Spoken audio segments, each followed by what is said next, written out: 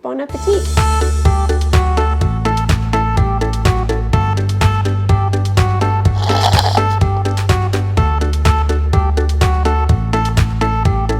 Walking is a wonder drug. Hey, it's Steven. I am going to show you what my lunch looks like. So people keep asking me what kind of smoothies I make, and I just thought I would show you. So I'm going to do that. I will adjust the camera here so that you can see it, and then when I'm finished, I will go for a walk and talk to you about what I did and what the purpose of the walk is right after lunch and all that good stuff. So let's adjust it and we will get started. This is my Vitamix, and it has been around since I got married. And that's like 15 or 16 years. It has lasted forever. But you might notice I've got this little thing underneath here. It's actually because when we moved to Australia, we lost one of the feet, and so now we just stick this thing under there. So this is my Vitamix. This is the protein. This is the protein that I use. I get it at Costco, and I just do, for me, because no one's home here, it's just me. It says to do 2 scoops. It gets too sweet for me if I do that, so I just do 1 scoop of the protein. Then we're going to add some ripe bananas. I keep frozen ones in the freezer all the time. You can get them for like $1 for the whole bag at the grocery store, and then just freeze them. They're brown, or they're almost brown, but they're really sweet and super yummy. So I just put in a banana, and then I'm going to add the fat and the fiber. So I use this here for my fiber. That's ground flaxseed. And I put 2 tablespoons in for each person that's going to be having some of the shake. Great fat and fiber, yummy good stuff for you. You should have at least 2 tablespoons of flax every day. I keep this in the freezer, by the way, because flaxseed, once it's ground, can actually go rancid, and that's no fun. The next is I have this bag full of frozen avocado chunks. So you know how, maybe you guys don't, but when we open or cut an avocado, we might not use it all. So I cut it into chunks, and then I just put some in my shake. And that was maybe like 1/4 to 1/2 of an avocado. And then I want to look for greens. So I have this bag of frozen kale that I keep in my freezer. I just buy a big bunch of it, and then I wash it and freeze it. And you can just see I just kind of crack off some and put a big old handful in there. Sometimes it's spinach, sometimes it's kale, just as long as I've got some greens. Sometimes it's even romaine, like a head of romaine lettuce. Makes it really light and fresh tasting. Okay, and then I usually put some berries in. I have just wild caught blueberries from Costco, and I usually do 1/2 cup per person that's eating the smoothie. So just grab a 1/2 cup, scoop it, and dump it in. Okay, what else am I missing? I usually want to put some sort of milk in here. Sometimes it's like the full fat coconut milk. Sometimes I don't have that and I just use almond milk. Sometimes I don't have that and I just use water. But I'm going to use almond milk, and I don't do too much. I don't know. I don't ever measure it. Maybe like 1/2 cup or so. Oh, there goes that one.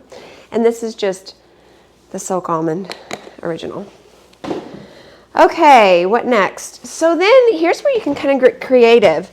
I have some carrots and celery, and sometimes if I have them, I'll put them in. Sometimes if I have an apple, I'll put that in too. And this is where you can just kind of hide a whole bunch of stuff in here that gives you more of your fruits and vegetables, and you don't really know it. So let me just peel this really quickly.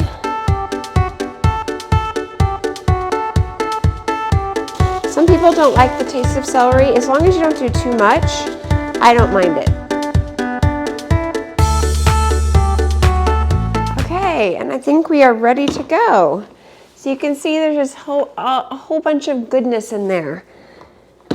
Fat, fiber, greens, and berries. That's what I'm trying to get in every day. So now I'm just going to blend it, and I'll be right back. Okay, and there we have it. This is my smoothie. I don't know how much this is. It says 30 ounces. Seems like a lot, but I don't know. We'll give it a go, see how far it goes. And you can tell it looks kind of brown because it's got the blueberries, and then it's got the green kale, and it makes it look kind of like mud. And I've had people comment on it like, oh, that doesn't look very good. It looks like mud. I'll probably drink 1 to 2 of these. So like I filled this to the top, and that's about, I think these are about 16 ounces, aren't they? I don't know. And there's just a little bit left, and I'll refill it and drink the whole thing myself.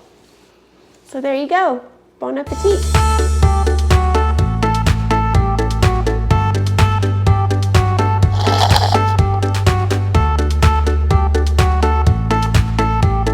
Walking is a wonder drug. Why is it a wonder drug? What does it do for you? When should you go, and for how long, and how fast? There are 3 times during the day that are best to walk. And each one corresponds with energy systems, which energy source you're using, but sometimes it's something else, and I'll explain in a minute. But the 3 best times to walk are first thing in the morning when you're in a fasting state.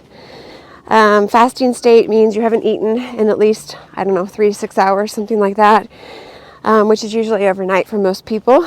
And the reason it's great to walk in a fasting state is because it uses an energy system that taps into fat burning possibilities. So you have 3 places that you store energy and use energy from. 1 is the bloodstream, 2 is the muscles in glycogen and liver, and then 3 is your fat stores. And if you're trying to lose weight, getting into your fat stores is probably something that you want to do, I would assume. Wow, it's really bright out here, but I'm not complaining. It's so beautiful. So walking in the morning, you don't have any blood sugar, right? There's no sugar coursing through your blood.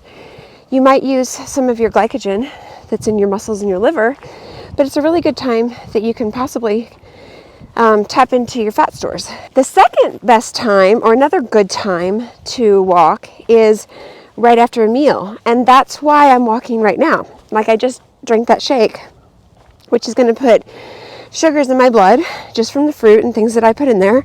But what I'm trying to do by walking is right after a meal, and it's within 15 minutes for at least 15 minutes. And I'm actually going kind of fast. You ask for after meal walking, you can stroll. Like I'm just slowing down. You can just stroll.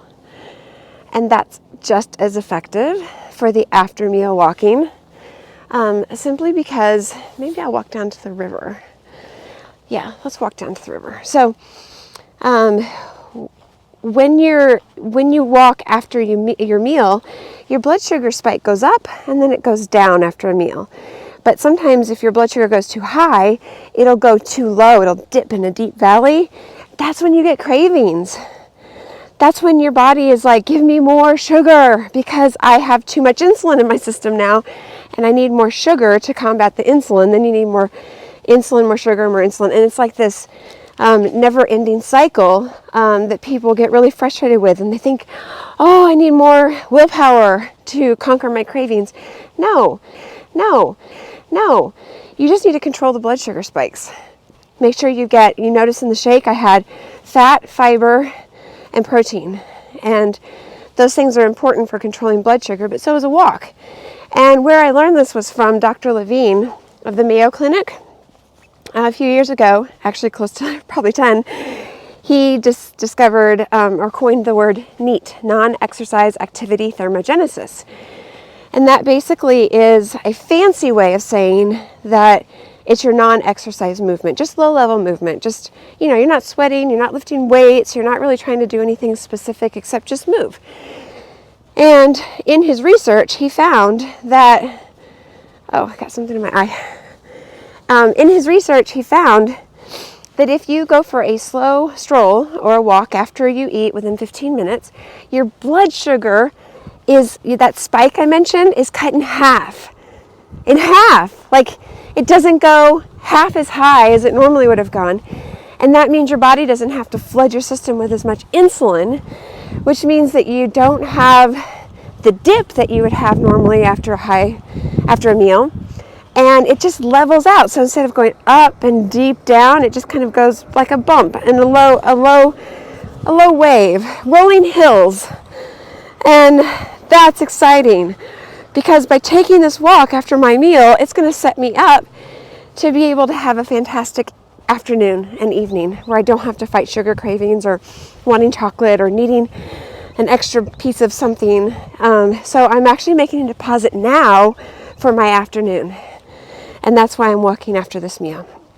Okay, so that's using the energy source of your blood sugar. And then the third time that's the best for walking is any time you have the time to do it. Doesn't matter when. As long as you are walking, you are using your core muscles, you're balancing your hormones. Like I said, you're managing your blood sugar. Any time of day that you walk, you're doing that. You're also moving all of the muscles in your body in coordination with each other, and that's helping to move your waste products through your system. I just gave you three that would be ideal, 3 ideal times and reasons to walk. The first one is in a fasting state. What's the energy system? Fat and glycogen. The second one is right after a meal, like I'm doing, and that energy source is your blood sugar. And the third one is when? Any time that you can do it. So I'm going to walk out here for longer than 15 minutes because let me just check my counter. Hold on. Oh, I can't see it. It's too bright. I was only at like less than 2,000 steps when I got out here. And we all really should shoot for at bare minimum 5,000 steps per day. And ideally closer to 10 would be the best situation. So I'm going to stay out here for a bit and just try to get some more movement. The family's all gone. I've caught up on some work and I'm just going to enjoy the sunny weather, breathe in the fresh air, and enjoy my afternoon walk. So that's all I've got for you guys. As always, keep growing wealthy.